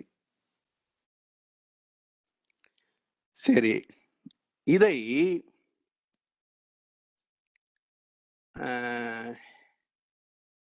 இதுவரை வணங்கியது நம்ம ஒரு உருவத்தை வணங்கினோம். அது என்ன சொல்றாங்க? நம்முடைய அறிவும் அரூபம், தெய்வமும் அரூபம். இதய சைவ சித்தாந்தம் தத் புருஷ. புருஷ என்றால் அறிவு. அப்ப இறைவனே அறிவாக இருக்கின்றான். அதை தெளிவா தத் புருஷம் என்ற வார்த்தையை தமிழ் படுத்தினால் அறிவே தெய்வம். சரி, இதை தெரிந்து கொள்வதனால எனக்கு என்ன லாபம் என்றால், பேராசைகளுக்கு அடிமையாகி எப்போதும் துரத்திக் கொண்டே இருக்கின்ற நமது மனம் நிறைவு பெற்று அமைதியாகும். கேட்க நினைக்காத மனம் பேரின்பத்தின் ஊற்று. கேட்க நினைக்காத மனம் பேரின்பத்தின் ஊற்று. இன்ப ஊற்றாய் நிறைந்த இறைவா. ஓடை, நதி, வாய்க்கால், கண்மாய், ஆறு, நீர்வீழ்ச்சி என்று எந்த பெயர்களில் பயணித்துக் கொண்டிருந்தாலும் கடலின் சங்கமத்தில் அந்த நீரின் பயணம் முடிந்து விடுகிறது. அதே போல பணம், சொத்து, பதவி, புகழ், அதிகாரம், புலன் இன்பங்கள் என்று அலைகின்ற மனதின் பயணம் நிறைவு பெறுகின்ற இடம் ஆத்ம தரிசனம். நெஞ்சுக்கு நிம்மதி, ஆண்டவன் சந்நிதி. சந்நிதி என்றால் எனது ஜீவாத்மாவும் மூலமாகிய பரமாத்மாவும் ஐக்கியமாகிவிட்ட பேரின்ப பெருநிதியை பெற்ற நிலை. அதற்கு மேல் ஒரு இன்பம் கிடையாது. சிற்றறிவுக்கு சிற்றின்பம், பேரறிவுக்கு பேரின்பம், அறிவின் மறுபெயர் இன்பம். இதுவரை நாம் பெற்ற சிந்தனை வைத்து ஆராய்ந்து பார்த்தால், ஆலய வழிபாடு என்பது மக்களது உடல் ஆரோக்கியத்திற்கும் மன தெளிவுக்கும் ஏற்ற அற்புதமான சடங்கு முறை. இதன் பொருள் உணர்ந்து தினசரி கோவிலுக்கு சென்று வழிபட்டு வந்திருந்தால் ஒவ்வொரு பக்தனும் ஒரு ஞானியாகி இருப்பான். அந்தக்கான மார்க்கத்தை வழிகாட்டுவதனால் ஆலயம் தொழுவது சாலவும் நன்று. சரி, இந்த ஆலய வழிபாட்டில இருந்து தேர் திருவிழா ஏன் வந்தது? ஏற்கனவே சொன்னோம். கோவிலுக்கு வந்து வழிபட முடியாத வயோதிகர்கள், நோயாளிகள் தெருவழியாக தேர் வருகின்ற போது எட்டி பார்த்தா அது கும்பிடு போட மாட்டானா? எல்லோரும் இறைவனை வணங்கியே ஆக வேண்டும் என்பதனால் வந்து வணங்குபவர்களுக்கு கோவில் திருவிழா. அந்த திருவிழாவின் ஒரு அங்கம் தேர். இது யாருக்காக? வந்து வணங்க முடியாத வயோதிகர்களுக்கும் நோயாளிகளுக்கும் ஆன ஒரு தரிசனம். மூலவரை போல ஒரு உற்சவ மூர்த்தியை செய்து தேரிலே அமர்த்தி தெருக்கள் தோறும் உலாவர செய்து எல்லா மக்களும் தரிசிக்க வேண்டும் என்பதற்கான ஒரு கருணை சடங்கு. இதை எப்படி சீர்கட்டதுன்றத கண்ணாசன் ஒரு 4 வரிகளை பயன்படுத்திக்கலாம். தேர் ஏது, சிலை ஏது, திருநாள் ஏது? தெய்வத்தையே மனிதர்கள் எல்லாம் மறந்த போது. கோவில் கோவில திருவிழா நடக்குதுங்க. அது ஒண்ணும் குறைச்சலே கிடையாது. ஆனா அந்த தேர் உட்கார்ந்து வருகின்ற பார்ப்பனன் முதல் கொண்டு படம் பிரிக்கின்ற பக்தர்கள் வரைக்கும் யாருக்காவது தெய்வத்தை பற்றிய அனுபவமோ தெளிந்த விளக்கமோ உண்டா? ஒருத்தருக்கும் கிடையாது. அப்ப தேர் ஏது, சிலை ஏது, திருநாள் ஏது? தெய்வத்தையே மனிதர்கள்லாம் மறந்த போது சுத்த வெளிதான் தெய்வம் என்பதை இவன் மறந்தே போனான். அந்த தெய்வத்தை மனிதனைப் போலவே பாவித்து இவனைப் போலவே திருமணம் செய்ய வைத்து குழந்தை பெற வைத்து சண்டை போட வைத்து சம்பாரம் செய்ய வைத்து என்னென்ன கூத்தெல்லாம் இவன் செய்வானோ அத்தனை கூத்தையும் அவன் மேல ஏத்தினான். இதுல என்ன பயன் இதனால? சரி, இப்ப அம்மன் தத்துவத்தின்படி நம்ம எல்லாம் தீட்சை பெற்று ஞானம் பெற்று விட்டோம். இப்போ தேர் இழுக்கலாமா அப்படின்னா அந்த பாட்டின் கடைசி 2 வரிகள், தேர் ஏது, சிலை ஏது, திருநாள் ஏது? தெய்வம் போல் மனிதர்கள் எல்லாம் மாறும் போது.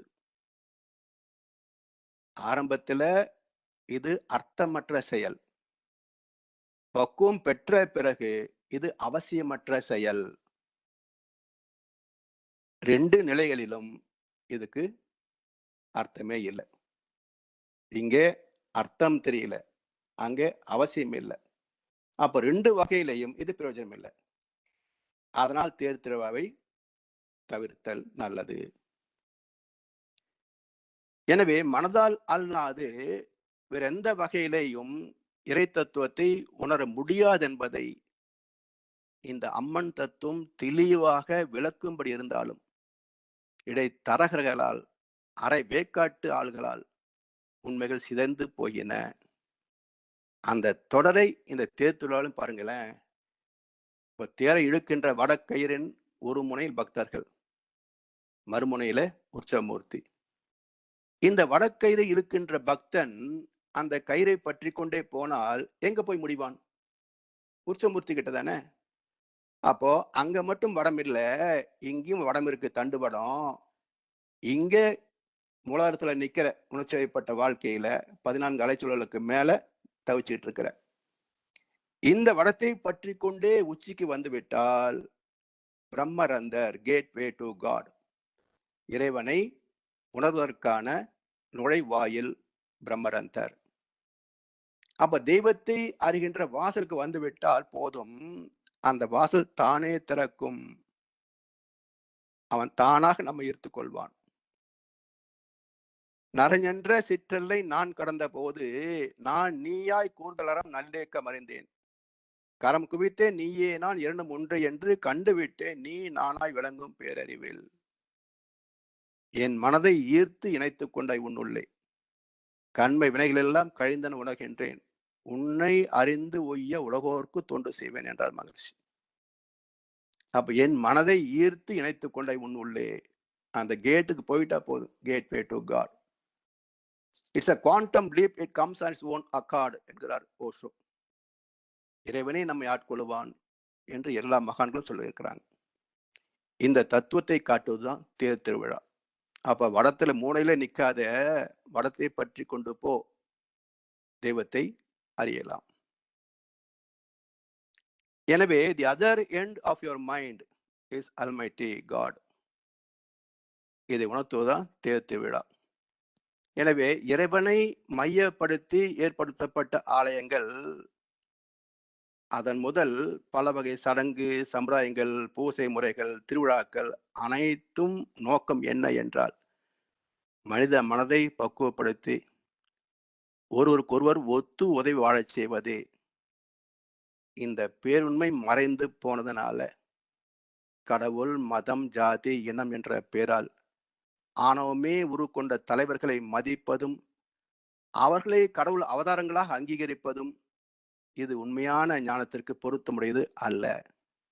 அதனால் இதெல்லாம் உணர்ந்து விளைவுகளை, நன்மைகளை எடுத்து எண்ணி பார்த்து, இந்த அவசியமில்லாத இந்த வழிபாட்டு முறைகள், தேர் திருவிழாக்கள் எல்லாம் தவிர்த்து, எல்லா மக்களும் ஒரே மூலத்திலிருந்து வந்தவர்களே, அதே மூலத்தோடு லயமாக வேண்டிய ஒரு பயணமே இந்த மனித வாழ்க்கை. அதுக்கு ஏற்ற மார்க்கம் அறிவு மார்க்கமே. துவக்கம் பக்தி மார்க்கம். அப்ப பக்தியிலே துவங்கி ஞானத்தில் பயணித்து முக்தியில் நிறைபெறுவதே வாழ்க்கை என்பதை உணர்ந்து கொள்கின்ற போது தேவையற்ற சடங்கு சம்பிரதாயங்கள் எல்லாம் அடிபட்டு போகும். உண்மையான ஆன்மீகத்தை உணர்ந்து தெளிந்து உலக மக்கள் அனைவரும் ஒரே இனமாக மதம் கடந்த நிலையிலே உலக சகோதரத்தோடு வாழ முடியும் என்பதற்காகத்தான் மகரிஷி அவர்கள் எதையும் ஒரு அம்சமாக சொல்லி இது நீக்கப்பட வேண்டியதே என்று வலியுறுத்தி சொல்லுகின்றார். இந்த கருத்துக்களை மேலும் நாம் சிந்தனைக்கு எடுத்துக்கொண்டு தெளிபெற வேண்டும் என்ற ஒரு வேண்டுதலோடு இந்த உரையை நிறைவு செய்கின்றோம். வாழ்க வளமுடன், வாழ்க வளமுடன், வாழ்க வையகம்.